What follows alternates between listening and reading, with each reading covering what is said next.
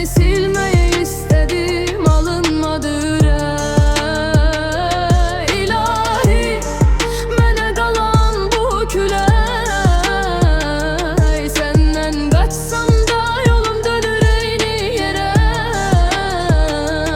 İlahi, içimde o karanlık sestir ki, seven itirer, güçlü susar, belədir her şey. Biraz geciktim bilirəm özümə dönməyə, səndən qalan sözlər kimi batır dənizə. Hər gecə adını çəkir o köhnə divarlar. Mən qaçdıqca yaxın gəlir qaranlıq yollar. Gözlərimdə od var sənin yadigarı, sözümə sığmayan o ağrının ağırlığı. Sevgi deyib aldadım, sonra da attın məni. İlahi şahiddir bu qəlbi yandıran səni.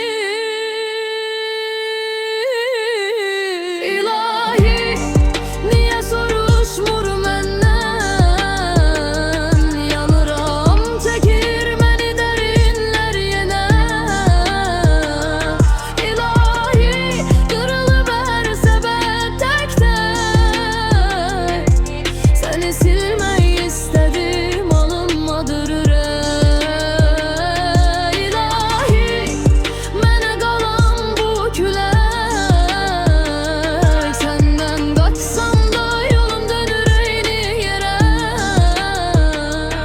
İlahi, içimde o karanlık ses deyir ki, seven itirer, güçlü susar, belədir her şey.